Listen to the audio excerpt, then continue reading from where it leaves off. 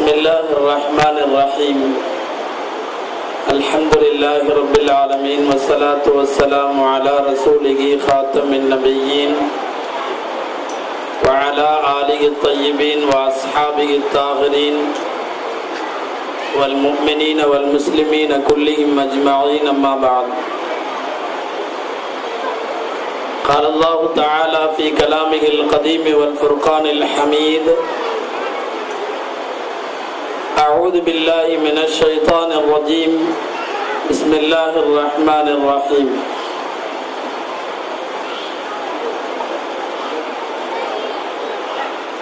قل لئن اجتمعت الإنس والجن على أن يأتوا بمثل هذا القرآن لا يأتون بمثله ولو كان بعضهم لبعض ظهيرا. صدق الله صلى الله عليه وسلم: تبرك بالقرآن فإنه كلام الله وخرج منه. صدق رسول الله صلى الله عليه وسلم.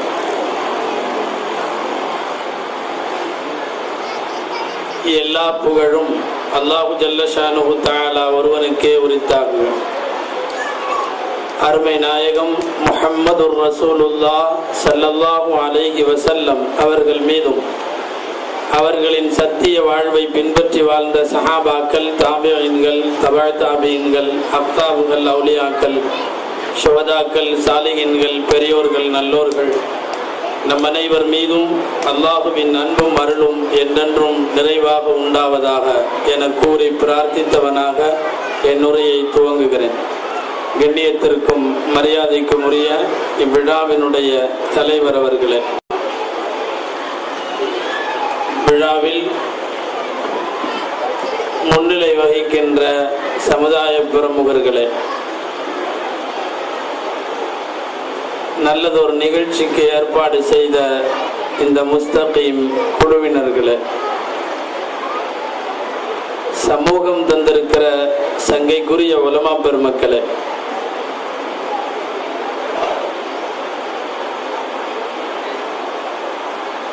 இந்த நிகழ்ச்சிக்கு வருகை தந்திருக்கிற சிறப்பு விருந்தினர் நிதி அமைச்சருடைய துணைவியார் அவர்களே, பெரியோர்களே, தாய்மார்களே, சகோதரர்களே,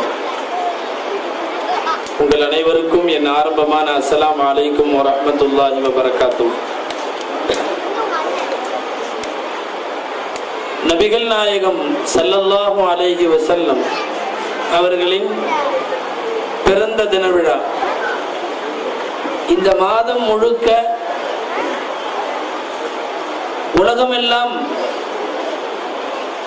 நபிகள் நாயகம் ஸல்லல்லாஹு அலைஹி வஸல்லமுடைய வாழ்க்கை வரலாற்றை பேசுகிறார்கள், எழுதுகிறார்கள், கேட்கிறார்கள், அலசுகிறார்கள். நாயகம் ஸல்லல்லாஹு அலைஹி வஸல்லம் அவர்களுடைய வாழ்வின் எல்லா கோணங்களையும் பேசப்படுகிறது.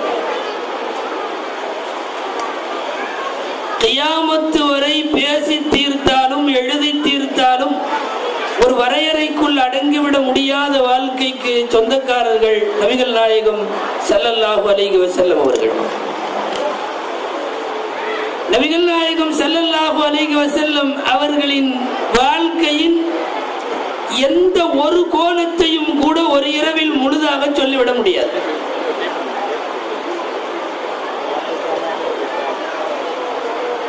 உலகில் தோன்றிய மனித சமுதாயத்தை, அதனுடைய பாதையை ஒரு குறுகிய காலத்தில் மாற்றி வேறு பாதையில் அதை செலுத்திய பங்கு பெருமானார் ஸல்லல்லாஹு அலைஹி வஸல்லம் அவர்களுக்குரியது.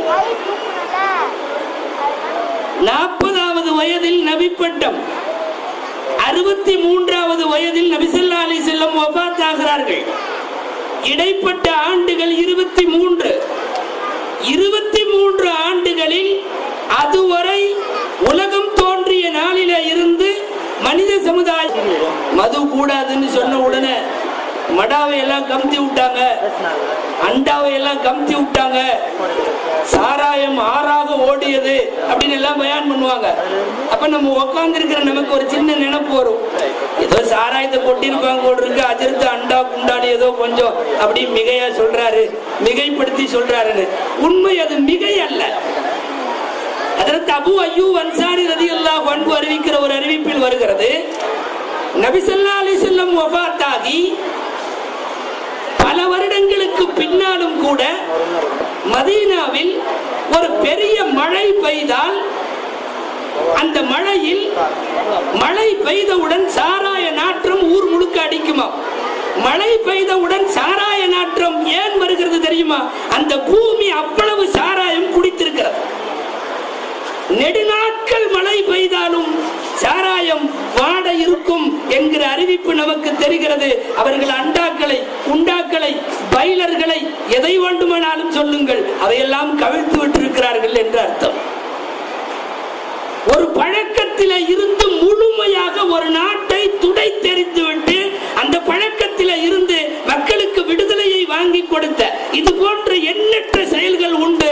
உலக வரலாற்றில் தலைவர்களின் பட்டியலில் நபிகள் நாயகம் ஸல்லல்லாஹு அலைஹி வஸல்லம் அவர்களுக்கு மட்டும் தான் சொந்தம். அல்லாஹ் தஆலா திருக்குர்ஆனை தருகிறான் பூமிக்கு. திருக்குர்ஆனை நேரடியாக பின்பற்றி மனித சமுதாயம் வாழ முடியாது. என்ன செய்ய வேண்டும்? அந்த திருக்குர்ஆனை வரிக்கு வரி வாழ்ந்து காட்டுகிற ஒரு தலைவர் பூமியில பிறக்க வேண்டும். அதுவும் மனித குலத்தில பிறக்க வேண்டும். பிறக்கிற அவர் திருக்குர்ஆனுடைய ஒவ்வொரு சொல்லையும் ஒவ்வொரு வரியையும் வாழ்வியல் வழிகாட்டியாக அவர் வாழ்ந்து காட்ட வேண்டும். அப்படி வாழ்வியல் வழிகாட்டியாக, திருக்குர்ஆனின் விளக்கமாக, திருக்குர்ஆனுடைய மற்றொரு பிரதியாக, அதன் நகலாக நபிகள் நாயகம் ஸல்லல்லாஹு அலைஹி வஸல்லம் அவர்களை அல்லாஹ் அனுப்பி தருகிறார். ரசூல் ஸல்லல்லாஹு அலைஹி வஸல்லம் பற்றி எல்லா கோணங்களிலும் பேச ஆசையாக இருக்கிறது. இருக்கிற ஒரு மணி நேரத்தில் நிறைய பேச வேண்டும். அன்பிற்குரிய சகோதரர் ஹபீப் உஸ்தாத் அவர்களிடத்தில் கேட்டோம், என்ன பேசுவது இங்க இருக்கிற பினாங்கு மக்களிடத்தில். அதற்கு சொன்னார்கள், நபிகள் நாயகம் ஸல்லல்லாஹு அலைஹி வஸல்லம் வாழ்க்கையில பெரிய அற்புதம் என்ன தெரியுமா? திருக்குர்ஆன். திருக்குர்ஆனை பேசுங்கள், மதரசாவை பேசுங்கள், பிள்ளை வளர்ப்பை பேசுங்கள், பெண்கள் நிறைய வருவார்கள், இதை சொல்லுங்கள் என்றெல்லாம் சொன்னார்கள். இதுவே நபிகள் நாயகம் ஸல்லல்லாஹு அலைஹி வஸல்லம் வாழ்க்கையின் எத்தனையோ கோணங்களுக்குள்ளே போகலாம் என்றாலும் நான் திருக்குர்ஆனின் வழியாக நாயகத்தினுடைய வாழ்வுக்கு வருகிறேன். அன்புக்குரியவர்களே, நபிகள் நாயகம் ஸல்லல்லாஹு அலைஹி வஸல்லம் அவர்களுக்கு தரப்பட்டிருக்கிற நாமெல்லாம் பெரும் பாக்கியமாக பெறற்கரிய பேராக பெற்றிருக்கிற வேதம் திருக்குர்ஆன். உலகத்துல ஒரு நல்ல புஸ்தகத்துக்கு, ஒரு நல்ல நூலுக்கு ரெண்டு அடையாளம் சொல்லுவாங்க. அந்த ரெண்டு அடையாளம் இருந்ததுன்னா அந்த நூல் நல்ல நூல்னு அர்த்தமா. அரபிக் கல்லூரிகளிலே கிதாபுகளை போதித்து தருகிற போது ஜாமிஅ் மானி என்று சொல்லுவார்கள். அதாவது ஒரு நூலுக்கு என்ன அடையாளம்? வெளியில இருக்கிற எந்த கருத்தும் வந்து அதுக்குள்ள போகக்கூடாது. அந்த குர்ஆன் அப்படியே ஸ்டாப், வெளியில இருந்து எதுவும் உள்ள வரக்கூடாது. ரெண்டாவது செய்தி, உள்ள இருந்து எதுவும் வெளியே போகக்கூடாது. ஒரு நல்ல நூலுக்கு அதுதான் அடையாளம்.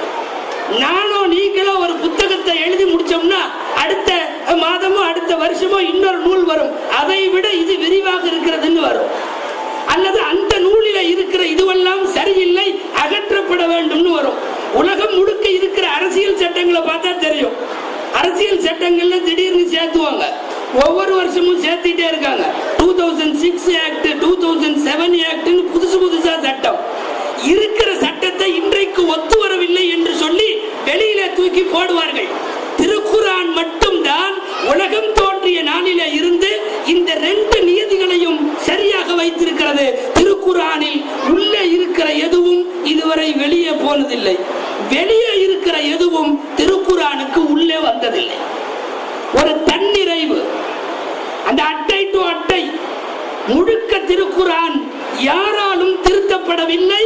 திருத்த வேண்டிய ஒரு அவசியமோ ஒரு மறுபரிசீலனைக்கான சாத்தியங்களோ இதுவரை ஏற்படாத வேதம் திருக்குர்ஆன். அல்லாஹ்வே சொல்லுவது போல அல்லாஹ் பாதுகாப்பு பாதுகாக்கிறான். எப்படி தெரியுமா? என்ன வழிகளில் பாதுகாக்கிறான்? தாய்மார்கள் கொஞ்சம் கவனிக்க வேண்டும். ஏன்னா நம்ம ஊர் பக்கமெல்லாம் உள்ள பொம்பளைங்க, அங்க நான் தமிழ்நாட்டில் சொல்றேன், பயானுக்கு வந்தா பயானம் கவனிக்க மாட்டாங்க, பெரும்பாலும் பேசிட்டு இருப்பாங்க. இங்க இருக்கிறவர்கள் அமைதியாக கேட்கிறீர்கள் என்பது வரை ஒரு ஆனந்தம். பெண்கள் ஒன்றாக கூடிவிட்டாலே கல்யாண மண்டப நினைப்பு வந்துவிடும் அல்லவா? இது கல்யாண மஜ்லிஸ் அல்ல. தயவு செய்து கடைசி வரை சொல்லுகிற விஷயங்களை கவனிக்குமாறு கேட்டுக்கொள்கிறேன். திருக்குரானுக்கு ஒரு 55 பேர் இருக்குது. குரானுக்குள்ள குரானுக்கு வேற பேர் 55 பேர். ஃபுர்கான் ஒரு பேர், ஜிக்ர் அப்படின்னு ஒரு பேர், குரான் அர்த்தம், நூர் அப்படின்னு பேர். 55 பேர்கள் இருக்கு திருக்குரான்ல. முஃபஸ்ஸிரீன்கள், திருக்குரான் விரிவுரையாளர்கள் எழுதுகிறார்கள், 55 பேர்லயும் 2 பேர் சிறந்த பேர். 2 பேர் தானமா? என்ன பேர் தெரியுமா? ஒன்னு நாம பயன்படுத்திட்டு இருக்கிறோம்ல குர்ஆன் அப்படிங்கிறது ஒரு பேர், இன்னொன்னு கிதாப் அப்படிங்கிறது ஒரு பேர். இந்த 2 தான் 55லயும் சிறந்த பேரா? ஏன் 55லயும் இந்த 2 மட்டும் சிறந்த பேர்? இதன் வார்த்தையை பாருங்கள். குர்ஆன் ஓதுவது, ஓதப்படுவது, ஓதி கொடுப்பது, ஓத கேட்பது, எல்லாத்துக்கும் சேர்ந்து ஒரே வார்த்தை குர்ஆன். இன்னொன்று கிதாப். கிதாப்னா எழுதுவது, எழுதப்படுவது, எழுத சொல்லுவது. இந்த வார்த்தைகள் அத்தனைக்கும் கிதாப் என்ற வார்த்தை பயன்படுத்தப்படும். அல்லாஹ் இந்த 2 வார்த்தைகளின் வழியாக உலகத்தையே பாதுகாத்துக் கொண்டிருக்கிறான். திருக்குரானை காலமெல்லாம் காத்துக் கொண்டிருக்கிறான். ஓதுறது, ஓது, தொடர்ந்து ஓது, ஓதி நீ கேளு, யாராவது ஓது, ஓத தெரிந்தவர்கள் எல்லாம் ஓது, ஒவ்வொரு நாளும் ஓது, தொழுகையின் ஒவ்வொரு ரக்காத்திலும் ஓது, உன்னுடைய நற்காரியங்கள் அனைத்திலும் ஓது. உலகம் ஓதிக்கொண்டே இருக்கிறது. திருக்குரான் பாதுகாக்கப்படுவதற்கான முதல் வழி. இன்னொன்று எழுதப்படுறது. அன்றைக்கு மட்டையில் எழுதினார்கள், ஓலையில் எழுதினார்கள், பின்னொரு காலத்தில் காகிதங்களில் எழுதினார்கள். இன்றைக்கு அச்சு உருவாகி அழகான பைண்டட குரான்கள் நம் கையில இருக்கிறது. இப்படி எழுத்து வடிவத்தில் எழுதுவது ஒரு வகை. சில பேர் இதயங்களில் குரானை எழுதி வைத்திருக்கிறார்கள், அது ஒரு வகையான எழுத்து. அவர்களுக்கு ஹாபிஸ்கள் என்று பெயர். திருக்குரானை அல்லாஹ் தஆலா எழுத்து என்று சொன்னால் ஏடுகளின் வழியான எழுத்திலும் பாதுகாக்கிறான். அதை அடுத்து இதயங்களில் எழுதி வைத்தவர்களின் வழியாகவும் பாதுகாக்கிறான். திருக்குர்ஆன் ஒன்று மட்டும் உலகத்தில் மாற்றங்களை சந்திக்காத வேதம். மற்ற வேதம் எல்லாம் எப்படி எப்படியோ மாறி இருக்குன்னு சொல்லி கேள்விப்படுறோம். ஒரு சின்ன சான்று, கிறிஸ்தவ மதத்தினுடைய பேரறிஞர் ட்ரூசின்னு ஒருத்தர் இருக்கார். முன்னாலே வாழ்ந்த வாடிகனுடைய மிகப்பெரிய பாதிரிகள் ஒருத்தர் ட்ரூசி. அவர் ஒத்துக்கொண்டு எழுதிய உண்மை என்ன தெரியுமா? அவர் வாழ்ந்த காலம் வரை 16,000 தடவை பைபிள் மாற்றப்பட்டிருக்கிறதுன்னு சொல்றார். 16,000. 100 தடவை மாத்திட்டாவே அதுக்கு பேர் வேதம் இல்ல. 16,000 தடவை பரிசீலனைக்கு எடுத்துக்கொள்ளப்பட்டு மாற்றம் செய்யப்பட்டிருக்கிறது. குர்ஆன்ல உள்ளதெல்லாம் என்ன? வஹி. வஹினா என்ன? ஜிப்ரீல் அலைஹிஸ்ஸலாம் கொண்டு வந்து தந்தார்கள், நபி ஸல்லல்லாஹு அலைஹி வஸல்லம் பாதுகாத்தார்கள். அதுதானே. ரசூல் ஸல்லல்லாஹு அலைஹி வஸல்லம் மௌத்தா போயிட்டு அதுக்கப்புறம் குர்ஆன் கிடையாது. அதனால தான் நீங்க குர்ஆன்ல பாத்தீங்கன்னா நபி ஸல்லல்லாஹு அலைஹி வஸல்லம் வஃபாத்து உள்ள இல்ல.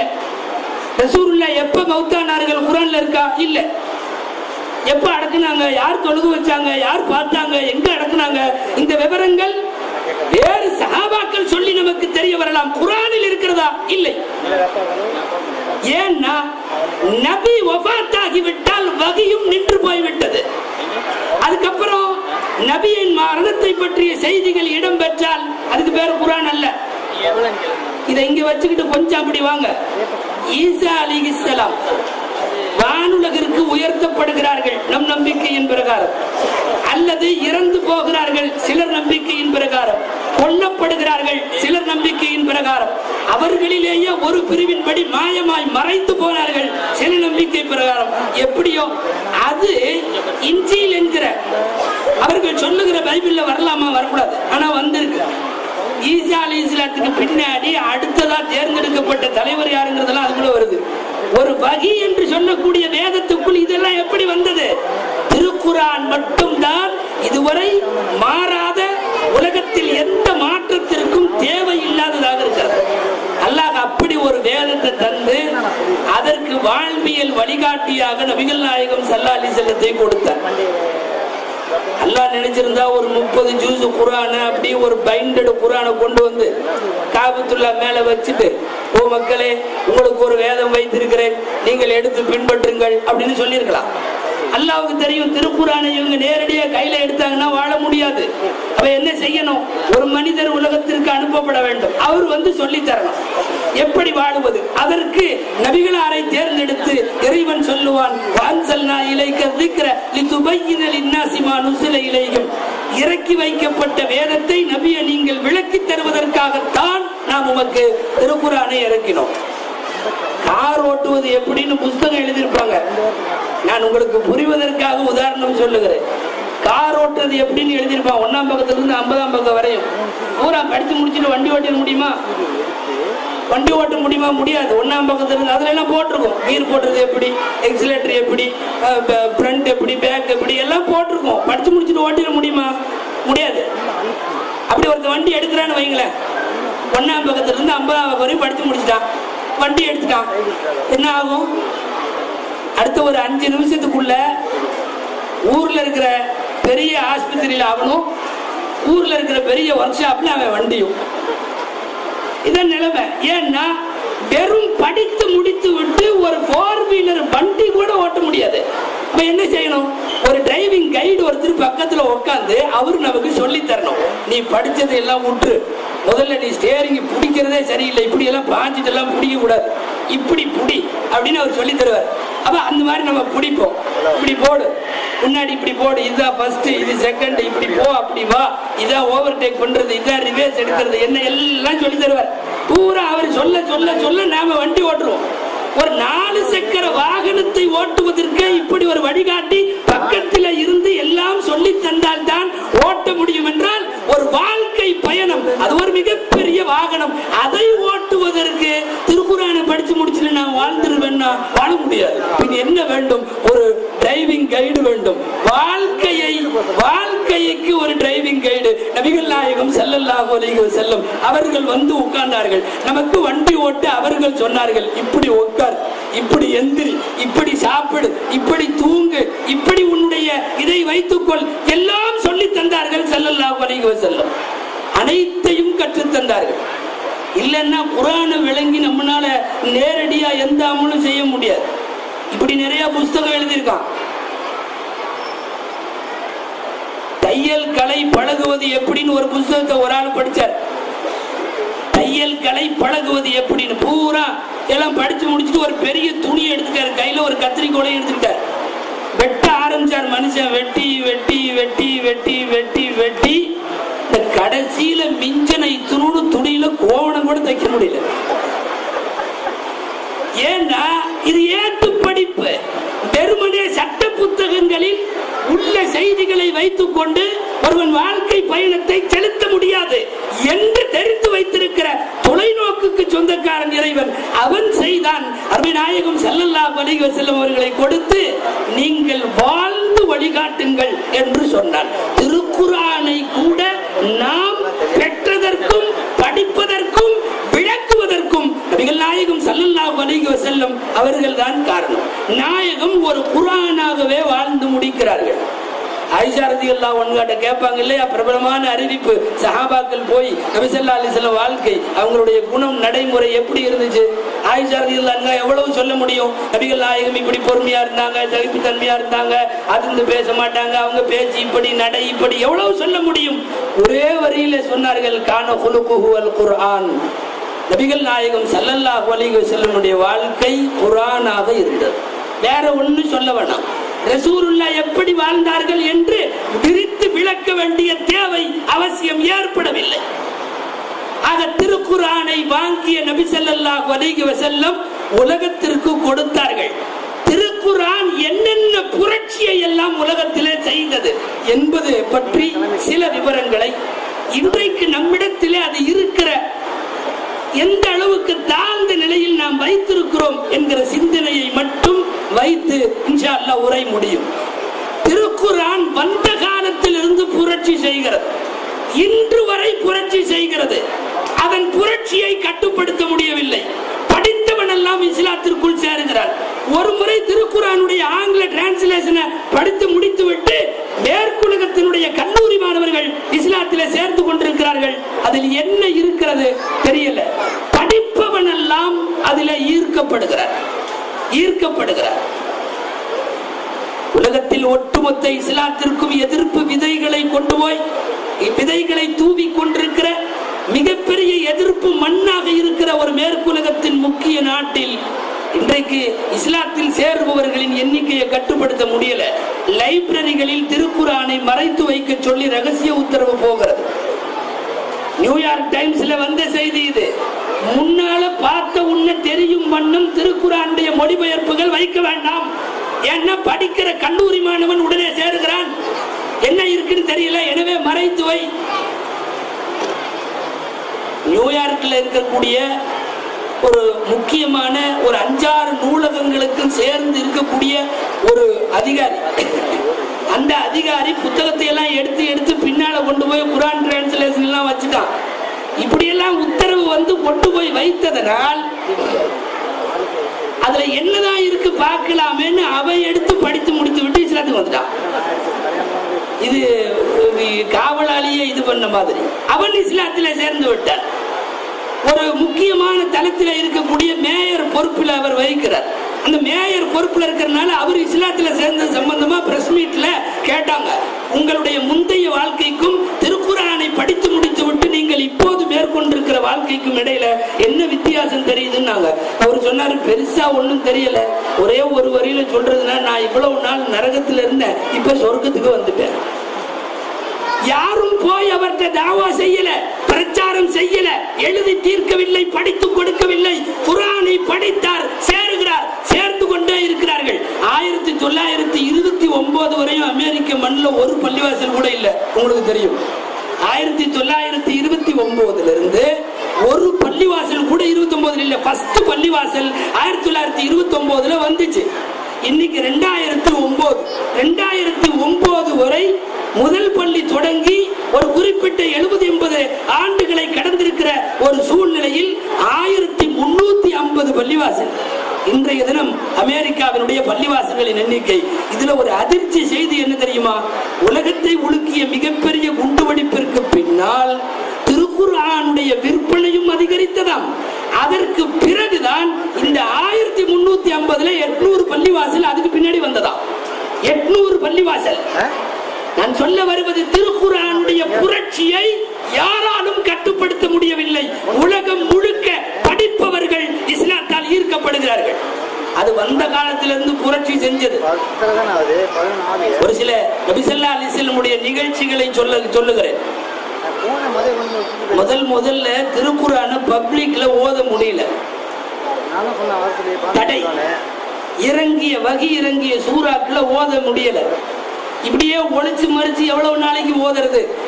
அல்லாஹ்வின் தூதரை வாருங்கள், கஅபத்துல்லாஹ்வுல போய் பப்ளிக்கா ஓதுவோம், அடித்தால் அடிக்கட்டும், பார்க்கலாம் வாங்கன்னு கூப்பிட்டாங்க. முதலில் பல கட்டங்களில் வராத நபி ஸல்லல்லாஹு அலைஹி வஸல்லம் அவர்கள் ஒரு நேரம் சூரத்துல் நஜ்ம் சூரா, நட்சத்திரம் என்ற பெயரில் திருக்குர்ஆனிலே உள்ள அர் ரஹ்மான் சூராவுக்கு முந்தின சூரா, அந்த 1-2 சூறாக்களுக்கு முன்னால இருக்கிற நஜ்ம், அத இறங்கின உடனே நபி ஸல்லல்லாஹு அலைஹி வஸல்லம் வாங்க போய் ஓதலான்ட்டாங்க. கஅபாவுக்கு வந்து விட்டார்கள். ஹதீஸ் நூல்கள்ல இது பிரபலம். வந்து கஅபத்துல்லாஹ்விலே அமர்ந்து நபி ஸல்லல்லாஹு அலைஹி வஸல்லம் ஓதுகிறார்கள்.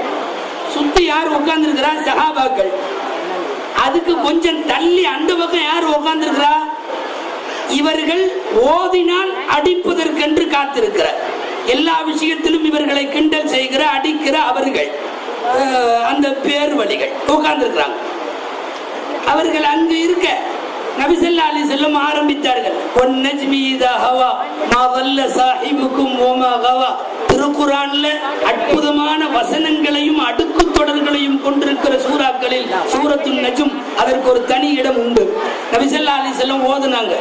1000 தான் அவர்கள் விரோதிகளாக இருக்கலாம், ஆனால் அரபி இலக்கியத்தில் ஈர்க்கப்பட்டவர்கள் அவர்கள். அரபியில யாராவது மிக அழகாக பேசிவிட்டால் தான் எதிரி என்பதை கூட மறந்து செவிசாய்த்து ரசனையோடு கேட்பான். அந்த இலக்கிய ரசனை அவர்களுக்கு இருந்தது. நபி ஸல்லல்லாஹு அலைஹி வஸல்லம் ஓதுனாங்க சூரத்துன் நஜ்ம். சஹாபாக்களும் கேட்டுக்கொண்டே இருந்தார்கள். சூரத்துன் நஜ்முடைய கடைசியில உங்களுக்கு தெரியும் சஜிதா வருது. சஜிதா வந்தா என்ன செய்யணும்? ஓதவே நேரா சஜிதாவுக்கு போகணும். சஜிதாவுடைய ஆயத்தை நபி ஸல்லல்லாஹு அலைஹி வஸல்லம் ஓதுனாங்க. ரசூல் ஸல்லல்லாஹு அலைஹி வஸல்லம் சஜிதா செய்தார்கள். சஹாபாக்கள் சஜிதா செய்தார்கள். அல்லாஹ்வின் மீது சத்தியமாக ஹதீஸ்ல வருகிறது, அவர்களும் சஜிதா செய்தார்கள். அங்க உட்கார்ந்து இருக்கிறவன் நீ எதுக்கு சஜிதா செஞ்ச அவனுக்கே தெரியவில்லை. அந்த இலக்கணத்தில் இலக்கியத்தில் ஈர்க்கப்பட்டவன் தன்னை சுற்றி என்ன நடக்குதுன்னு தெரியல, சஜிதா பண்ணிட்டான். உடனடியா சுதாரித்து போட்டான். நம்மளே சஜிதா பண்ணிட்டு என்னது எதிரிய. இந்த சஜிதா செய்தது நடந்தது இந்த நிகழ்ச்சி. நான் இந்த நிகழ்ச்சிக்குள்ள வந்துட்டதுனால இதோடு தொடர்பாக இன்னும் ஒரு விஷயத்தையும் சொல்லுகிறேன். இந்த சஜிதா செஞ்சிட்டு இருக்கிறப்ப சில பேர் பார்த்தாங்க. நம்மளுக்கு சில பேர் பார்த்துட்டு எல்லாமே சஜிதா செஞ்சுட்டாங்களா, ராசி ஆயிட்டாங்களான்னு பார்த்துட்டு போயிட்டாங்க. ஆனா இவன் உடனடியா சுதாரித்து பிறகு அடிக்க வந்தான். அப்போதுதான் அப்துல்லாஹ் இப்னு மஸ்ஊத் போன்றவர்கள் கடுமையாக அடிக்கப்பட்டார்கள். ரலியல்லாஹு அன்ஹு கடுமையாக அடிக்கப்பட்டார்கள். இது ஒரு நிகழ்ச்சி. இது முடிஞ்சதுக்கு அப்புறம் அந்த பல பேர் பார்த்தாங்க இல்லையா சஜிதா செஞ்சத, அவங்கெல்லாம் அப்படியே மக்காவில இருந்து கிளம்பி வேற ஊருக்கு போனாங்க. அபிசீனியாவுக்கு போனாங்க, ஹபஷாவுக்கு போனார்கள். அங்க போனா சில முஸ்லிம்கள் இருந்தார்கள். தயவு செய்து கவனமாக கேட்க வேண்டும் என தொடர் நிகழ்ச்சி. அங்க ஹபஷாவுக்கு போனா சில முஸ்லிம்கள் அங்க இருந்தாங்க. அவங்கள்ட்ட போய் இவங்க சொன்னாங்க, நீங்களாம் ஏன் இங்க இருக்கிறீங்க, மக்காவுக்கே போக வேண்டியதானே. இல்ல அங்க குர்ஆன் ஓத முடியல, அதனால தான் நாங்க இங்க வந்து இங்கேயே இருக்கிறோம், இங்க குர்ஆன் ஓதறதுக்கு வசதியா இருக்குதுன்னாங்க. அப்போது இவங்க சொன்னாங்க, அதெல்லாம் இப்போ இல்ல, முதல்ல எல்லாரும் ஒன்னாயிட்டாங்க, சஜிதாவெல்லாம் பண்ணிட்டாங்க, உங்களுக்கு விஷயம் தெரியாது. ரசூல் ஸல்லல்லாஹு அலைஹி வஸல்லம் ஓதுனாங்க, ஓதுன உன்னை சஹாபாக்கள் சஜிதா செஞ்ச மாதிரி எல்லாரும் செஞ்சாச்சு, நீங்க அங்கேயே போங்கன்னு இருக்கிறவனை பத்தி விட்டாங்க. இவங்க பொதுவா ஒண்ணு உண்டு, முழுசா செய்தியை தெரியாம அரையும் குறையுமா எட்டி பார்த்துட்டு அப்படி போயிடுறது. போற போக்குல என்னத்தையாவது கொளுத்தி போட்டு போயிடுவாங்க. சில நேரங்கள் செய்திகள் அப்படித்தான். ஒரு தெருவில் ஏதாவது நடக்கும். இங்க இருக்கிற ஏரியாவில் வந்து ஒருத்தருக்கு கதவுல கை நசுங்கிருச்சுன்னு வைங்களேன், இங்கிருந்து கொஞ்சம் தூரத்துக்கு அந்த பக்கம் அடுத்த மஹல்லாக்கு போறப்ப கை உடஞ்சிருச்சுமா ஒருத்தன். அதுக்கப்புறம் இன்னும் கொஞ்சம் தள்ளி போனீங்கன்னா முறிஞ்சிருச்சு, ஆஸ்பத்திரியில் அட்மிட்டுமா, அப்புறம் எங்கேயாவது சீரியஸுமா, சமயத்துல போயிட்டாரு, இன்னாலில்லாஹி வ இன்னா இலைஹி ராஜிஊன்மா. செய்திகள் ஒரு இடம் விட்டு ஒரு இடம் போகிற போது நம்பகத்தன்மையோடு போவதில்லை. இப்போ இவர்கள் போய் சொல்லிட்டாங்க எல்லாம் போங்கன்னு. அவர்கள் எல்லாம் வந்தார்கள். யாரு? ஏற்கனவே ஓத முடியாது குர்ஆனை என்ற காரணத்திற்காக வேண்டி அபிசீனியாவிற்கு போனவர்கள் திரும்ப வந்துட்டாங்க. வந்தவொன்னு பார்த்தா நிலைமை ஒன்றும் மாத்தமா தெரியல, அதே பழைய நிலைமை தான். நம்மள்ட தவறாவல்ல சொல்லிட்டாங்க. ஒரு நாள் இருந்தார்கள், 2 நாள் இருந்தார்கள். திரும்ப கஅபத்துல்லாஹ்வில ஓதினால் அடி விடுகும் என்ற போது வேற வழி இல்லை, கிளம்பினார்கள். முதல்ல போனது 20-30 பேர், இப்போது சுமார் 110 பேர் கிளம்பினார்கள். ஆண்கள் பெண்கள். இஸ்லாமிய வரலாறுகளை நீங்கள் படித்தால் அல் ஹிஜ்ரத்து சானியத்து இலல் ஹபஷா, ஹபஷாவை நோக்கிய 2வது ஹிஜ்ரத் என்று இருக்கும். 2வது ஹிஜ்ரத்துக்கு இதுதான் காரணம், வேற ஒண்ணும் இல்லை. கிளம்பி எல்லாரும் போயிட்டாங்க, அந்த நாட்டுக்கு போய்விட்டார்கள். குர்ஆனுடைய புரட்சியை எப்படி தொடங்கியது சூரத்து நஜ்மில் என்று நான் வந்து கொண்டிருக்கிறேன். இந்த தொடர் இந்த இப்ப முடிஞ்சிடும். அந்த ஹபஷாவுக்கு 118 பேர் கொண்ட ஒரு குழு போய் இறங்கியது. நிம்மதியாக இருந்தார்கள், தினந்தோறும் குர்ஆன் ஓதினார்கள். மக்கால இருக்கிறவங்களுக்கு பிடிக்குமா?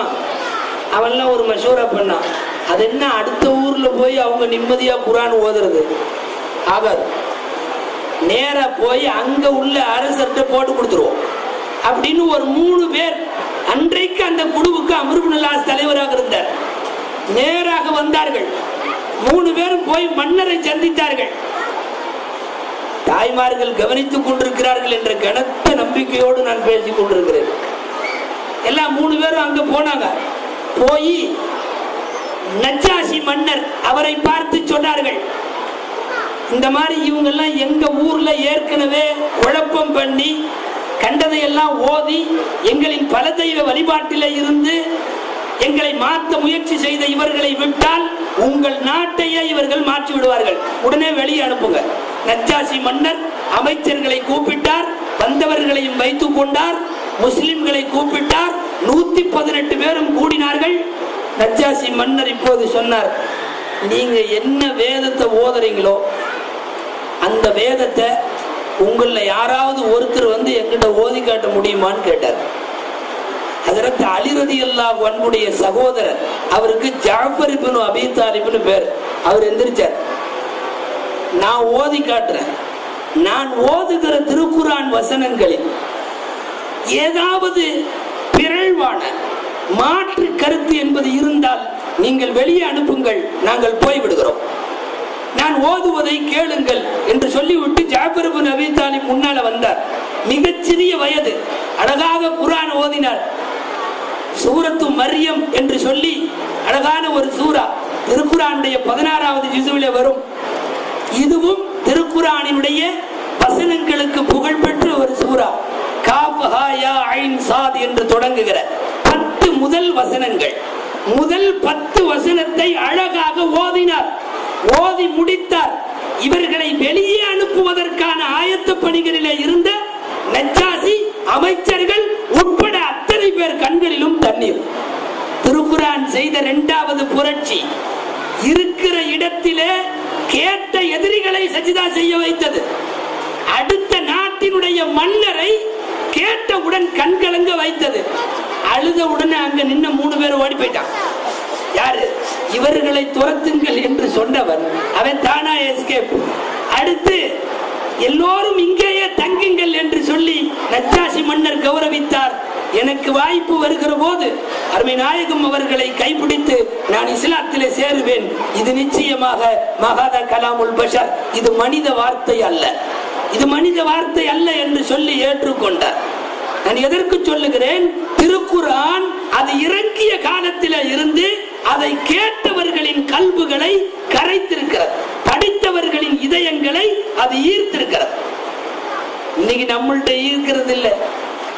குறிப்பாக ஒரு காலத்தில் ஓதுவதை ஒரு கடமையை போல் செய்து கொண்டிருந்த தாய்மார்கள் கூட இன்னைக்கு ஓதுறது இல்லை. மக்ரிபுக்கு பின்னாடி குர்ஆன் ஓதுன காலம் எல்லாம் போயிடுச்சு. இப்போல்லாம் பினாங்கு தாய்மார்களை தெரியாது, நான் தமிழ்நாட்டு தாய்மார்களை சொல்லுகிறேன். நாடகம் பார்க்கிறார்கள், சீரியல் பார்க்கிறார்கள், தொடர்ந்து சீரியல். சாயந்தரம் 6 மணியிலிருந்து சீரியல், நைட்டு 11 மணி வரை சீரியல். 6 to 6, 6 to 7, 7 to 7, ரொம்ப டைட் ஷெட்யூல்டு. ஒரு விருந்தாளி அந்த நேரத்தில் வீட்டுக்கு வர முடியறதில்லை. யாராவது அந்த நேரத்தில் மக்ரிப் பின்னாடி உள்ள வந்து நுழைஞ்சா உடனே இந்த குப்பி ஏன் இப்ப வருது, காலையிலேயே வந்து தொலைக்க வேண்டியதானே. நீங்கள் எல்லாம் சிரிப்பதை பார்த்தால் இங்கும் இருப்பதை போல தெரியும். எல்லா இடத்திலும் மக்ரிபுக்கு பின்னாலே பிள்ளைகளுக்கு ஓதி கொடுத்த தாய்மார்கள், தாங்கள் ஓதிய தாய்மார்கள் காணவில்லை. திருக்குர்ஆனை விட்டு அந்த திருக்குர்ஆனுடைய சொற்களை, அது தருகிற விளக்கங்களை தள்ளி வைத்துவிட்டு ஒரு சிறந்த வாழ்க்கையையோ அல்லது ஒரு நல்ல வருங்கால தலைமுறையையோ உங்களால கொடுத்துட முடியாது. முஃபஸ்ஸிரீன்கள் எழுதுகிறார்கள், திருக்குர்ஆனை தொடர்ந்து ஓதுவதை ஒருவன் பழக்கமாக ஆக்கி கொண்டால், ஒவ்வொரு நாளும் ஏதாவது ஒரு பார்த்து ஓதுவதை பழக்கமாக வைத்துக் கொண்டால், காலம் போன கடைசியில் தன் தேவைக்கு பிறரை எதிர்பார்க்கிற சூழ்நிலை அவனுக்கு வராது என்று எழுதுகிறார்கள். அரபியிலே அர்தலுல் உமுர் என்று சொல்லுவார்கள். தள்ளாடுற வயசுல தன்னுடைய சுய தேவையை கூட தான் செய்ய முடியாது. அவர்களுக்கு மலஜலம் கழிப்பது உள்ளிட்ட எல்லாத்தையும் பக்கத்துல யாராவது கவனிக்கணும். அப்படி ஒரு தேவை, எல்லோரையும் சடைய வைக்கிற சூழ்நிலை. அந்த தேவை யாருக்கு வேணாலும் வரலாம். குர்ஆனை தினந்தோறும் ஓதும் பழக்கமுடையவன் அவன் 150 வயசு வரை வாழ்ந்தாலும் அவனுடைய தேவைக்கு பிறரை எதிர்பார்க்கிற சூழ்நிலை அவனுக்கு வராது என்று சொல்லுகிறார்கள் திருக்குர்ஆன் ஆய்வாளர். எந்த காலத்திலையும் நாம அப்படி ஒரு தேவைக்கு வரக்கூடாதுன்னு தெரிகிறவங்க அன்றாடம் திருக்குரான் ஓதுவதற்கு பழக வேண்டும். இன்னைக்கு எல்லாம் ஓதுறது இல்லை. ஆண்களும் சரி பெண்களும் சரி. ஆண்கள் அறவே அல் ஃபாத்திஹா அப்படின்னு சபையில சொல்லுவாங்க. அப்பவே தெரியும். சில பேர் அப்படி மெதுவா நியூட்ரல்ல குனிவாங்க. தலையை குனிகிறத பார்த்து தெரிஞ்சுக்கலாம். சரி, ஓதல போட தெரியுது. அரபிய கண்டாவே பல பேருக்கு அலர்ஜி. ஓத தெரியல, எனவே ஓதுகிற இடத்தை கண்டு அலர்ஜி. கூடுமானவரை கடைசியில வந்துருவாங்க. அரபி வார்த்தையை கண்டாவே அலர்ஜி. ஏதாவது சொல்லி கொடுத்து பாருங்க, திரும்ப அரபி வார்த்தை வராது. கல்யாண சபையில வேடிக்கையா இருக்கும். மாப்பிள்ளைய கையை பிடிச்சு அந்த பொண்ணோட அத்தாவோட கையை பிடிச்சு ரெண்டு பேர்த்தையும் கையை பிடிக்க வச்சு சொல்லி கொடுப்பாங்க. அஷ்ஹது அல்லா இலாஹன்னு என்னமோ சொல்லி கொடுத்துட்டு, இந்த மாதிரி இன்ன மகளை இந்த ரெண்டு பேர் சாட்சியாக இந்த சபையோர்கள் முன்னிலையில் உனக்கு நிகா செய்து கொடுத்தேன் அப்படின்னு சொல்லிட்டு ஏத்துக்கொண்டியான்னு கேட்டா அது தமிழா இருக்கிறதுனால சொல்லிடுவான். சமயத்தில் அஜர்த்து கபூல் செஞ்சியாம்பார். கபூலா, இது என்ன புது வார்த்தை? அலர்ஜி ஆகி கபூல் செய்தீங்களான்னு கேட்டா அவன் அஜர்த்தை பார்த்து கபூல் செஞ்சீங்களாம்பா. இவங்க கல்யாணம் பண்றது அவர் எதுக்கு கபூல் செய்யணும்? கபூல் செஞ்சு ஒரு சபைக்கு வருகிற போது புழங்கப்படுகிற அரபி வார்த்தை தெரியாது, ஓதுகிற அரபி வார்த்தை தெரியாது. இன்று வரையிலும் சமய சந்தர்ப்பங்களில் தக்பீர் கட்டி கொள்ளுகிற போது கூட தான் என்ன ஓதுவது என்பதை முறையாக தெரிந்து வைக்காத ஒரு சமூகத்தில் நாம் வாழ்ந்து கொண்டிருக்கிறோம். ஒரு யோசனை, கொஞ்ச நாளைக்கு முன்னாடி தமிழ்நாட்டில் இந்த அரபு தமிழ்னு ஒன்று இருந்தது, உங்களுக்கு தெரியும்னு நினைக்கிறேன். அரபு தமிழ், அதாவது தமிழ் மொழி தெரியாது. தமிழ் மொழி தெரியாதவங்களுக்கு தமிழ் விஷயத்தை எப்படி கொடுக்கிறது? எல்லாத்துக்கும் அரபி தெரியும். அதனால தமிழ்ல சொல்ல வேண்டிய விஷயத்தை அரபியில எழுதுவாங்க. இது ஒதுவுடைய பாடமா இருக்கும் அப்படின்னு இருக்கும். லெட்டர் பாத்தீங்கன்னா ப்ரொனன்சியேஷன் தான் தமிழ், ஆனா லெட்டர் எப்படி இருக்கும்னா அரபியில இருக்கும். அதுக்கு அரபு தமிழ்னு பேரு. தமிழ் வார்த்தைகளை அரபி எழுத்துக்களில் தருதல். இந்த சூழ்நிலை ஏன் வந்துச்சு தெரியுமா? அரபி எல்லாத்துக்கும் தெரியும், ஆனா தமிழ் தெரியாது. இதனால வந்துச்சு. இன்னைக்கு அப்படியே சில காலத்திற்கு பின்னால் இன்னைக்கு உள்ள நிலைமை என்ன தெரியுமா? இப்போது அரபியை தமிழாக மாற்றுகிறார்கள். யாசீன் அப்படின்னா ஒரு யானா போட்டு ஒரு கால் போட்டு சி போட்டு இன் போட்டு அரபியில இருந்ததை தமிழ் வடிவத்தில் தர வேண்டிய சூழ்நிலை. என்னன்னா எல்லாத்துக்கும் தமிழ் தெரியும், ஆங்கிலம் தெரியும், மலையா தெரியும், என்னென்னவோ தெரியும், ஆனா அரபி தெரியாது.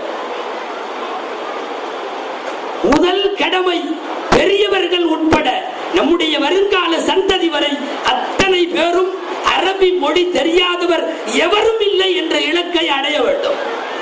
அல்லாஹ்வின் பேரருளால் இங்கே கேள்விப்படுகிற போது நிறைய மதரசாக்கள் நடந்து கொண்டிருப்பதை கேள்விப்படுகிறோம். போதாது, இன்னமும் இந்த மதரசாக்கள் வளர்க்கப்பட வேண்டும். ஒன்று தெரிந்து கொள்ளுங்கள், இந்த சமுதாயத்தினுடைய முதுகெலும்பு மதரசா. இல்லாவிட்டால் வருங்காலத்தின் நல்ல தலைமுறை நமக்கு கிடைக்காது. அரபியிலே ஹதீஸ் ஓதிய அந்த பெண்மணி சின்ன புள்ள மிகவும் கவர்ந்து விட்டது. என்ன அழகான உச்சரிப்போடு நபிகள் நாயகம் ஸல்லல்லாஹு அலைஹி வஸல்லம் அறிவித்த புகாரி முஸ்லிமுடைய ஹதீஸ்களை தைரியமா மேடையில வந்து ஓதியதை கேட்டு உண்மையாகவே மகிழ்ந்து போனோம் நெஞ்சார. சின்ன குழந்தைங்க மேடையில வந்து பேசுறத சாதாரணமா நினைக்க கூடாது. நாம சில ஆளுங்க பெரிய ஆளுகளை மேடையில வந்து விட்டோம்னா பேசுறதுக்கு தெரியாத ஆளுங்க படுற பாடு. கையில ஒரு சீட்டு வச்சிருப்பாங்க, இது இப்படி நடுங்கும். கை பேசுறதுக்கு கூப்பிட்டா அவரு நடுங்குவார், மைக்கு நடுங்கும், ஸ்டேஜே நடுங்கும், அவரே நடுங்குவார். சின்ன குழந்தைகள் ஓதி காட்டுகிறது தான் கற்றதை, அதுவும் அரபி மொழி. நினைவு வருகிறது, இந்த ஊட்டியில ஒரு விழா நடந்துச்சு. உங்களுக்கு தெரியும், தமிழ்நாட்டுல ஊட்டி ரொம்ப குளிர் பிரதேசம், ரொம்ப குளிர் பிரதேசம். அங்க ஒரு விழா, இந்த மாதிரி விழா எல்லாம் வந்திருந்தாங்க. நல்ல பெரிய படிச்ச ஒரு கிராஜுவேட், ஒரு ஸ்காலர், அவரை கூப்பிட்டு வரவேற்புரைன்னு போட்டிருந்தாங்க. அவர் முன்ன பின்ன மேடை ஏறாத ஆள் போட்டிருக்கு. நல்ல பெரிய வயதுக்காரர், கோட்டு சூட்டெல்லாம் போட்டிருந்தாரு. எல்லாம் வந்து நின்றுட்டு இப்படி நடுங்குது. அவர் குடிச்சிருக்கிற நோட்டீஸ் நடுங்குது, கை நடுங்குது, எல்லாம் நடுங்குது. சிறப்பு பேச்சாளர் அவர்களே, இவர்களே, அவர்களே, உங்களை எல்லாம் இவருக்கு பேசுறதுக்குள்ள எல்லாம் நடுங்குது. அந்த குளிர்ல அவருக்கு வேத்து ஒழுகுது. அந்த வேத்து ஒழுகிறதுல அவர் என்ன பண்ணார் தெரியுமா? உங்களை எல்லாம் வருக வருக என வர வர வேக்கிறேங்க, வரவேற்கிறேன்னு சொல்லல, உண்மையாகவே அதுதான் வர வர வேக்கிறேன்னு சொல்லிட்டு அவருக்கு வேத்து ஒழுகுது. பெரியவர்கள் கூட மேடை ஒழுங்குகளோடு சபை ஒழுக்கங்களோடு சொல்ல வேண்டிய உச்சரிப்புகளோடு சமுதாயத்திற்கு தர முடியாத சூழ்நிலையில் இந்த பிஞ்சுகளை ஓதி கேட்பது இருக்கிறது. அதுதான் நாம் செய்கிற பெருக்கரிய பாக்கியம். அல்லாஹ் அப்படிப்பட்ட பிள்ளைகளை நமக்கு தருவதற்கு நாம் அவருக்கு நன்றி செலுத்த வேண்டும். அரபியை, அல்லாஹ் ரசூலுடைய கலாமை, வேதத்தினுடைய வார்த்தைகளை ஓதுகிற தலைமுறையை வளர்த்தெடுக்க வேண்டிய பொறுப்பு நமக்கு உண்டு. அந்த வேத வார்த்தைகள் துவக்க காலத்திலிருந்து புரட்சி செய்தது. நான் சொன்னது போல் எதிரிகளை சஜிதா செய்ய வைத்தது. நான் சொன்னது போல் மன்னர் நஜ்ஜாஷி வேற்று மதத்தை சார்ந்தவரை கண்ணீர் விட்டு அழ வைத்தது. ஒரு கட்டத்தில் மனித குலம் ஊரை விட்டு நபிகள் நாயகத்தை விரட்டிய போது ஜின்கள் அந்த குர்ஆனுடைய வசனத்தை வந்து அமர்ந்து கேட்டது. நபி ஸல்லல்லாஹு அலைஹி வஸல்லமுடைய 50வது வயது, அந்த வயதின் இறுதி, அன்னை கதீஜா அம்மையார் வஃபாத்தாகி விட்டார்கள். அபூ தாலிப் அவர்களும் அதே ஆண்டில் வஃபாத்தாகி விட்டார்கள். நாயக வரலாற்றில் அந்த ஆண்டிற்கு கவலை ஆண்டு என்று பெயர். ரொம்ப கவலை. இனி இங்க மக்காவில இருக்கிறதுக்கு பிடிக்கல. ஏன்னா கதீஜாவை பற்றிய நினைவுகள் பார்த்தாலே அழுகை வருகிறது. சில பேர் இந்த மௌத்தா போன ஒண்ணு பாத்தீங்கன்னா குழந்தை மௌத்தா போயிடும். அப்ப அழுகிறது மட்டுமல்ல, குழந்தையோட ட்ரெஸ்ஸை பார்த்தா அழுகுவாங்க, குழந்தையினுடைய நோட்டு புக்கை பார்த்தா அழுகுவாங்க. எதுவெல்லாம் மரணித்தவரின் நினைவுகளாக வருகிறதோ அந்த நினைவுகள் கொள்ளும். கதீஜா அம்மையாரை பற்றி பல நினைவுகள் மக்கா வாழ்க்கை. முடிவு செய்தார்கள் ஸல்லல்லாஹு அலைஹி வஸல்லம், இனி இங்க இருக்க வேண்டாம் அப்படின்னு சொல்லிட்டு தான் ஊரை விட்டு வெளியேறி எங்க போலான்னு முடிவு பண்ணப்போ பக்கத்தில் இருக்கிற தாயிஃபுக்கு போலாமேன்னு போனது. அவ்வளவு கஷ்டத்தில் நொந்து போய் வந்தவர்களை தாயிஃப் நகர மக்கள் அடித்த அடிகள் நமக்கு பேசுவதற்கு தேவையில்லாத அளவுக்கு நமக்கு வரலாறு தெரியும். அந்த அடி அடித்தார்கள். ஏற்கனவே துவண்டு போய் வருகிற ஒரு மனிதனை ஊர் சேர்ந்து அடித்தது. ஒரு கவிஞன் அழகாக எழுதியிருந்தான் ஒரு நல்ல கவிதை. இந்த பொதுவா மாற்று மதத்தை சேர்ந்தவங்க கல்லை நட்டு வச்சுக்கிட்டு என்ன பண்ணுவாங்கன்னா இந்த பூவை எல்லாம் எடுத்து அந்த கல்லு மேல போட்டு அர்ச்சனை பண்ணுவாங்க, கல்லை வணங்குபவர்கள். அவன் அழகாக எழுதினான். தாயிஃப் நகரத்திலே நபிகள் நாயகம் ஸல்லல்லாஹு அலைஹி வஸல்லம் அடிக்கப்படுவதை பற்றி ஒரு கவிஞரின் வார்த்தை, இவ்வளவு காலமாக கல்லின் மீது பூவை போட்டு கொண்டிருந்த அந்த தாயிஃப் மக்கள் முதன்முறையாக ஒரு பூவின் மீது கல்லை போட்டார்கள். ஒரு பூவின் மீது கல்லை போட்டார்கள். அப்ப மலரினும் மென்மையான நபிகள் நாயகம் ஸல்லல்லாஹு அலைஹி வஸல்லம் அவர்கள் அந்த தாயிஃபிற்குள் நுழைகிற போது அடித்தார்கள். அத்தனை அடியும் வாங்கி உடல் புண்ணாகி நபி ஸல்லல்லாஹு அலைஹி வஸல்லம் தாயிஃப்ல இருந்து திரும்ப மக்காவுக்கு போறதுக்கு வர்றாங்க. வர்ற வழியில அரபு நாட்டிற்கு போனவர்களுக்கு தெரியும், தாயிஃபுக்கும் மக்காவுக்கும் இடையில உள்ள இடம் நஹ்லா. இன்னைக்கு அது ஒரு சிட்டி. நஹ்லா அன்றைய காடு. அந்த நஹ்லாவிற்கு வருகிறார்கள். இருட்டி விட்டது. உட்கார்ந்து யோசித்தார்கள், மக்காவுக்கு போறதா வேணாமா? அபூ தாலிப் வஃபாத்தானதுக்கு அப்புறம் தானாக ஒட்டுமொத்த மக்காவின் தலைமை அபூ லஹபுக்கு வந்திருக்கிறது. அபூ லஹப் தலைமையிலே இல்லாத காலத்திலேயே நம்மை வாட்டி வதைத்தவர். இனி போய் மக்காவுக்குள்ள நுழைஞ்சு நம்முடைய பிரச்சாரத்தை தொடர்றதெல்லாம் சாத்தியம் இல்லை. அதனால என்ன செய்வது யோசித்து கொண்டு நஹ்லாவினுடைய மரத்தடியில படுத்துனாங்க. தூங்கி தஹஜ்ஜத்தினுடைய நேரம் நபி ஸல்லல்லாஹு அலைஹி வஸல்லம் எழுந்தார்கள். வரலாற்று புகழ்மிக்க அந்த தஹஜ்ஜத் தொழுகையில் வலல்லாஹினுக்கு பின்னால் நபிகள் நாயகம் ஸல்லல்லாஹு அலைஹி வஸல்லம் அர் ரஹ்மான் சூராவை ஓதினார்கள். அர் ரஹ்மான் அல்லமல் குர்ஆன். ரசூல் மிக மென்மையான சத்தத்தில் அந்த கிராத்தை ஓதி தொழுகையை முடித்து திரும்பினார்கள். நீங்கள் நம்பியாக வேண்டும், குர்ஆன் சொல்லுகிறது ஒரு ஜின் சமுதாயம் அங்கே வந்து உட்கார்ந்து இருக்கிறது. ஒரு ஜின் ரெண்டு ஜின் அல்ல, ஜின்களின் சமுதாயமே வந்து உட்கார்ந்தது. யா கௌமனா இன்னா சமிஅனா கிதாபன் உன்ஸில மின் பஅதி மூஸா. முன்னால வாழ்ந்த நபி மூசாவுக்கு பின்னாடி இறைவனின் வார்த்தையை நாங்கள் இப்போதுதான் கேட்கிறோம் என்று சொல்லி ஜின்கள் வந்து உட்கார்ந்து நீங்கள் ஓதுங்கள் அல்லாஹ்வின் தூதரே, நாங்கள் கேட்கிறோம், கேட்டுக்கொண்டே இருக்கிறோம் என்று சொல்லி மனிதர்கள் இந்த வேதத்தை வாங்க முடியாத அந்த இக்கட்டான காலத்திலும் மாற்று இனமாக ஒரு ஜின்னினத்தை திருக்குரானை கேட்க செய்து ஒரு பிறழ்வை அல்லாஹ் அந்த இடத்துல ஏற்படுத்தி தந்ததை பார்க்கிறோம். திருக்குரான் மனித சமுதாயத்தை கடந்து எல்லாரையும் ஈர்த்திருக்கிற ஒரு வேதம். பெரிய தொந்தரவு என்னன்னா, இன்னும் நம்மள அதை ஈர்க்கல. நமக்கு இன்னும் குர்ஆன் ஒரு விடிவை தரல. யார் யாரோ படிச்சு இஸ்லாத்துல சேர்றாங்க. உங்களுக்கு தெரியும், இந்த பாப்பு பாடகர் ஒருத்தர், என்னது கெய்ட் ஸ்டீவன், என்ன பேர், கெய்ட் ஸ்டீவன், மிகப்பெரிய பாப் பாடகர். பிட்வீன் 80 and 90 கிட்டத்தட்ட உலகத்தை உழுக்கண பாடுகிறவர். 1980 இருந்து 90 வரையும். இந்த பப்பு பாட்டுன்னா இங்க உள்ளவங்களுக்கு சொல்ல வேண்டியதில்லை, தெளிவாகவே தெரியும் நினைக்கிறேன். அதை எப்படி சொல்றதுன்னு தெரியல, வேணா சுருக்கமா இப்படி சொல்லலாம். இந்த காக்கா வலிப்பு வந்து ஆடுற மாதிரி ஆடுவாங்கல்ல, அந்த ஆட்டத்துக்கு பேர், வேற வார்த்தைகள் தெரியல. அந்த ஆட்டத்துல அந்த பாட்டுல பாப் சிங்கராக உலகத்தையே வலம் வந்த அந்த கெய்ட் ஸ்டீவன் அதுலயே முங்கி கிடந்தவர். அல்லாஹ் ஒரு திருப்பத்திற்காகவோ என்னவோ ஒரு நோய் வந்துச்சு, ஹாஸ்பிட்டல்ல போய் அட்மிட் ஆனார். ஹாஸ்பிட்டல்ல அட்மிட் ஆன அந்த பாடகரை எல்லாரும் போய் பார்த்தாங்க. யார் யாரோ பார்த்தார்கள். வழக்கம் போல பழங்கள் வாங்கிட்டு போனாங்க, பிஸ்கட் வாங்கிட்டு போனாங்க, நம்ம ஊர் பாணியில ரொட்டி வாங்கிட்டு போனாங்க, என்னென்னமோ கொண்டு போனாங்க. போய் எல்லாம் கொடுத்துட்டு வந்துட்டாங்க. அவருடைய நண்பர் ஒருவர் என்ன நினைச்சாரோ, நீ எதுக்கும் நேரம் இருந்தா படின்னு சொல்லி ஒரு குர்ஆன் டிரான்ஸ்லேஷன் இங்கிலீஷ்ல, இந்த பக்கம் குர்ஆனுடைய அரபி வார்த்தை, இந்த பக்கம் இங்கிலீஷ் டிரான்ஸ்லேஷன் உள்ளத கொண்டு போய் அவர் படுத்திருக்கிற பெட்ல தலைமாட்டு கடியில வச்சுட்டு வந்துட்டார். ஆஸ்பத்திரியில நீண்ட நாள் சிகிச்சை பெற்ற அந்த கெய்ட் ஸ்டீவன் வேறு வழி இல்லாமல் ஒரு போர் அடிக்கிற நேரத்தில் திருக்குர்ஆனை புரட்டினார், முழுவதுமாக படித்து முடித்தார். ஆஸ்பத்திரியிலிருந்து டிஸ்சார்ஜ் ஆகிற போது அவருடைய மதத்திலிருந்து டிஸ்சார்ஜ் ஆயிட்டார். Same time 2 discharge. மதத்திலிருந்தும் வெளியே வந்து விட்டார். ஒரு உலகத்தை உலுக்கிய மிகப்பெரிய பாப்பாடகர் இஸ்லாத்திலே சேருவது எவ்வளவு பெரிய விஷயம். இன்டர்நேஷனல் பிரஸ் மீட்ல வந்து தான் அந்த திருக்குர்ஆனில் எந்த பகுதிகளால் ஈர்க்கப்பட்டேன் என்பதை அவர் சொன்னார். ஒரு அதிசயமான ஒற்றுமை என்ன தெரியுமா, அவர் பேட்டியில் சொன்ன அந்த சூறாக்கள் எல்லாம் கடந்த காலத்திலும் புரட்சியை ஏற்படுத்திய வன்னஜ்மி சூரா, அர் ரஹ்மான் சூரா, இந்த சூறாக்களின் மொழிபெயர்ப்புகள் தான் அவரை கொண்டு வந்து இஸ்லாத்திலே சேர்ந்திருக்கிறது. இன்னைக்கு அவருக்கு பேரு யூசுப் இஸ்லாம்.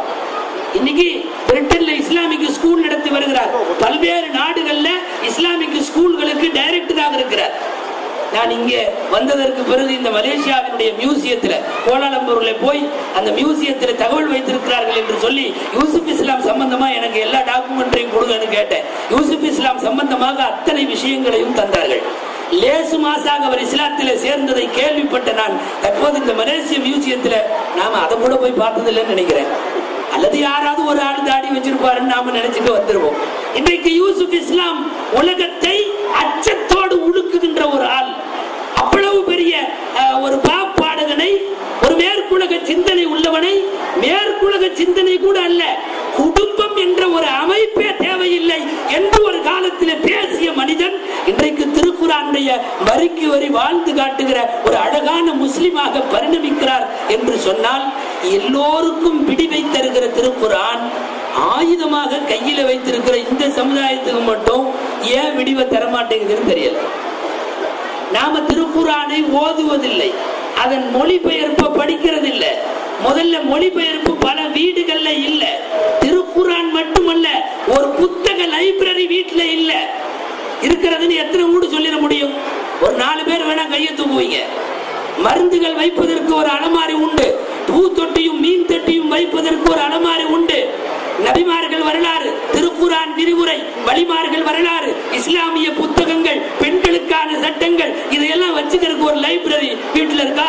ஒரு சின்ன மினி அலமாரி வீட்டுல இருக்கிறதா? வாசிப்பும் இல்லை, அது குறித்து எந்த யோசிப்பும் இல்லை. திருக்குர்ஆனுடைய அந்த வசனங்களின் அர்த்தங்களை வாழ்க்கையில ஒரு தடவையாவது படித்தது உண்டா? உலகத்தில் இருக்கிற யார் யாரையோ இதயத்தை போய் தொடுகிற, அந்த இதயத்தை சுண்டி இழுக்கிற திருக்குர்ஆன் ஏன் நம்மை சுண்டி இழுப்பதில்லை? நாம் யோசித்து பார்க்க வேண்டும். நமக்கு குர்ஆன் ஓதுறதுக்கெல்லாம் நேரம் இல்லை. நான் சொன்னது போல சீரியல்ல அலங்காரப்படுத்திக் கொள்வதில் சமீபத்தில் ஒரு சர்வே இதை படித்தேன். 75 வயசு வரைக்கும் வாழக்கூடிய ஒரு பெண், அந்த பெண் அவளுடைய நேரத்தை டிவைடு பண்ணி ஏவரேஜா பார்த்தப்போ 4 வருஷம், 75 வருஷத்துல 4 வருஷம் 10 மாசம் கண்ணாடி முன்னாடி நின்றுதான். கண்ணாடிக்கு முன்னாடி அலங்காரப்படுத்திக்கிறதுக்கு 75 வருஷம் வாழ்ற பொண்ணுடைய ஒவ்வொரு நாளும் கண்ணாடிக்கு முன்னாடி நிக்கிற அந்த காலத்தை எடுத்து ஒட்டு மொத்தமா பாக்குறப்போ 4 years and 10 days அவ்வளவு செலவழிக்குதான். நான் நினைக்கிறேன் இங்க இருக்கிற மலேசியாவினுடைய மேக்கப்புகளை பொறுத்தவரை இனி கொஞ்சம் வருஷம் கூடலான்னு நினைக்கிறேன். அநேகமா சிலவா, ஏன்னா இங்க உள்ள ஏவரேஜ் வேற மாதிரி தெரியும். எல்லாவற்றுக்கும் நமக்கு நேரம் இருக்கிறது. நம்மை அலங்கரித்துக் கொள்ள, வெளியில போக, இதையெல்லாம் போறமே. ஒரு காலத்துல இல்லாதெல்லாம் இப்ப இருக்கு. இந்த வியாதி வந்தவங்க இந்த காலத்துல வாக்கிங் போறாங்க. சுகரு, பிரஷரு இதெல்லாம் உள்ளவங்க வாக்கிங் போறாங்க. முதல் காலத்துல இல்ல, வாக்கிங் வந்திருக்கு. இப்ப புதுசா இன்னொரு வியாதி இருக்கு, ஷாப்பிங் ஒரு வியாதி. பார்த்திருக்கீங்களா? ஷாப்பிங் எங்க போறீங்கன்னா வாங்குறதுக்கு ஏதாவது சீட்டு வேணுமல்ல, ஏதாவது ஒரு பட்ஜெட் வேணுமல்ல, அதெல்லாம் ஒண்ணு இல்லை. எங்க போறீங்க? ஷாப்பிங் போறோம்.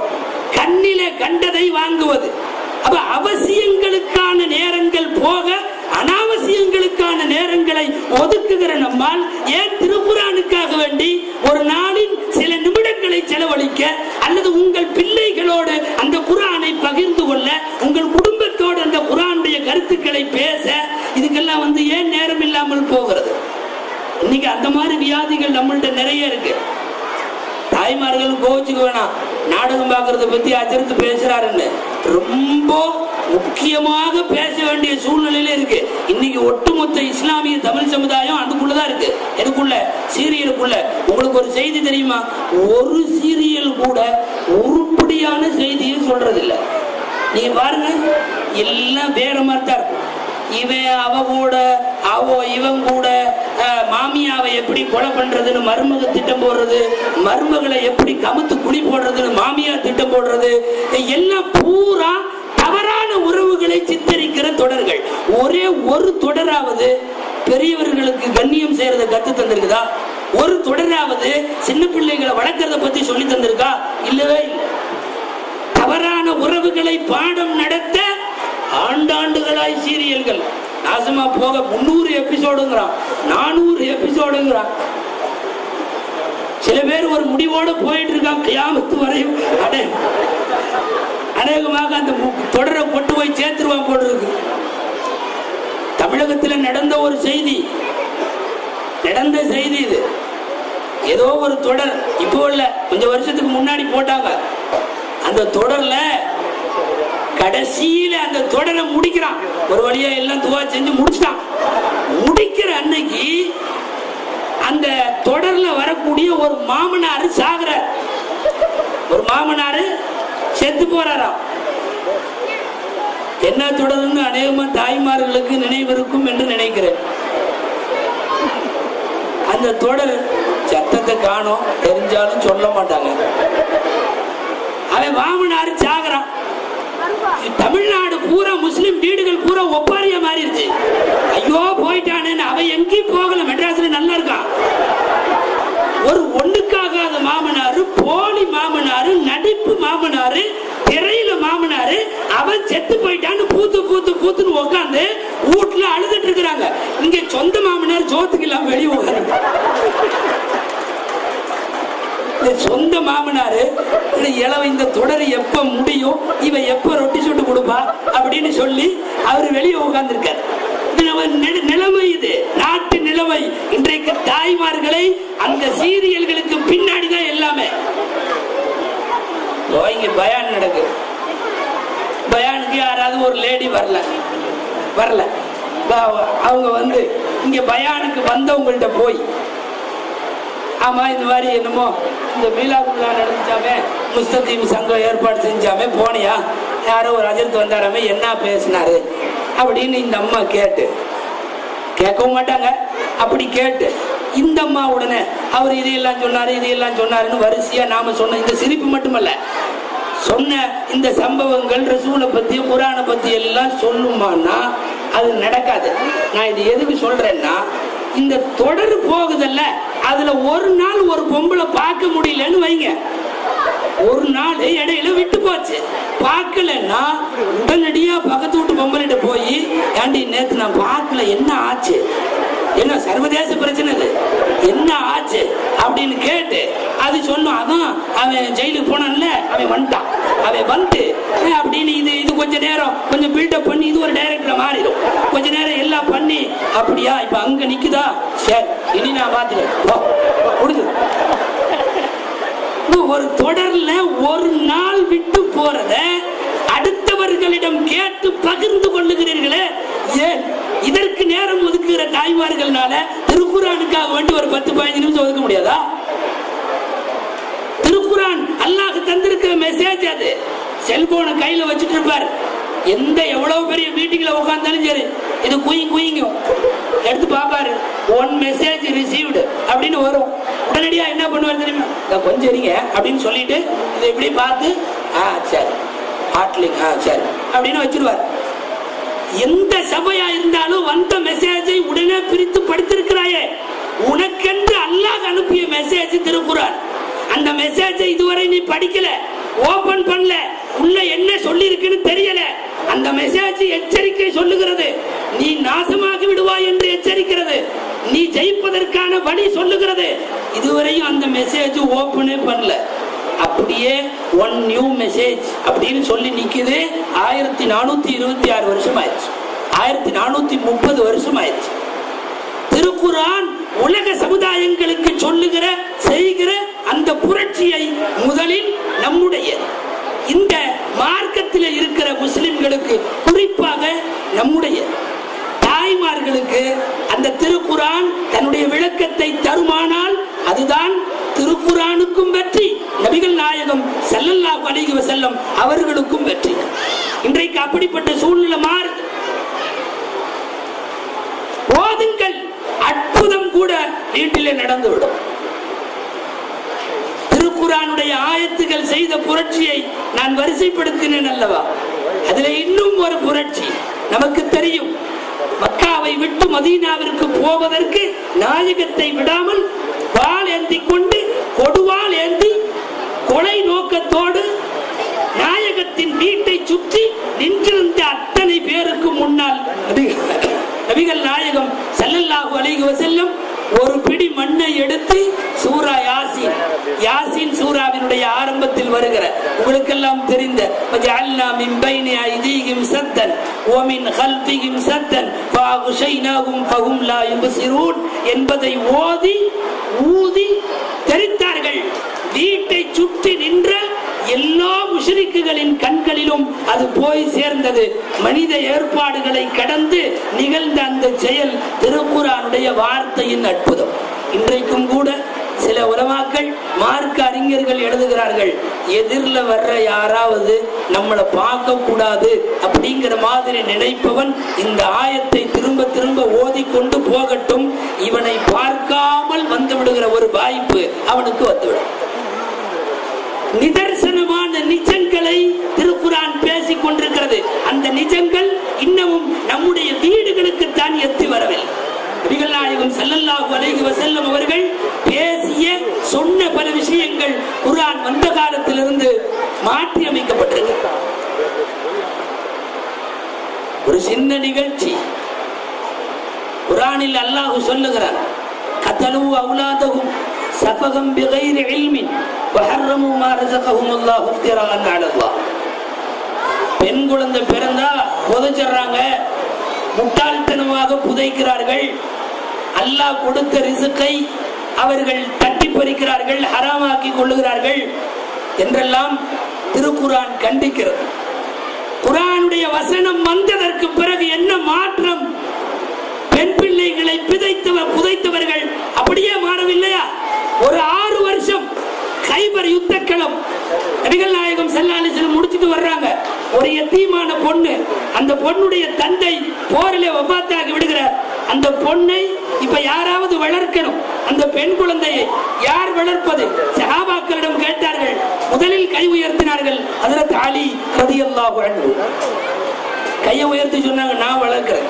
ஒரு வகையில அலி ரலியல்லாஹு அன்ஹு தூரத்து உறவும் கூட. அப்போ கையை உயர்த்தினார்கள். இன்னொரு சஹாபியும் கையை தூக்கினார். மூன்றாவதாக ஒரு சஹாபியும் கையை தூக்கினார். நபிகள் நாயகம் ஸல்லல்லாஹு அலைஹி வஸல்லம் இது போன்ற இக்கட்டான நேரங்களில் சீட்டு குலுக்கி போட்டுவது உண்டு. 3 பேத்துல யார்கிட்ட ஒரு பிள்ளையை ஒப்படைக்கிறதுன்னு தெரியல. நாயகம் ஸல்லல்லாஹு அலைஹி வஸல்லம் சீட்டு குலுக்கி போட்டார்கள். அல்லாஹ்வின் ஏற்பாடு, அலி ரலியல்லாஹு அன்ஹுடைய பெயரே வந்தது. நபி ஸல்லல்லாஹு அலைஹி வஸல்லம் சொன்னார்கள், அலியே, இந்த பிள்ளையை வளர்க்கிற ஒரு வாய்ப்பை அல்லாஹ் உங்களுக்கு வழங்கி இருக்கிறார். இந்த எடுத்துட்டு போய் இந்த பிள்ளையை வளர்த்து ஆளாக்குங்கள்னு சொல்லிட்டாங்க. இங்கே நிறுத்தலாம். நீங்கள் கொஞ்சம் யோசியுங்கள். ஒரு 6 வருஷத்திற்கு முன்னாலே பிறந்தவுடன் புதைத்து விடுகிற ஒரு சமுதாயத்தில் ஒரு எத்தீமான பிள்ளையை வளர்க்க நான் நீ என்று போட்டி வந்து சீட்டு குலுக்கி போட்டுத்தான் யார் வளர்ப்பது என்று முடிவு செய்ய வேண்டிய சூழ்நிலை ஏற்படுகிறது என்றால், திருக்குர்ஆன் இந்த உலகத்தில் செய்த புரட்சிகளின் வரிசை இன்னமும் நீடிக்கிறது. உலகம் இன்று வரை தீர்வு காண முடியாத பல பிரச்சனைகளுக்கு திருக்குர்ஆன் தான் தீர்வை சொல்லுகிறது. திருக்குர்ஆனை தெரிந்து கொள்வதில் அன்றைக்கு இருந்த ஆர்வம் இன்றைக்கு நாம் காட்டுகிற அசட்டை யோசிக்க வேண்டும்.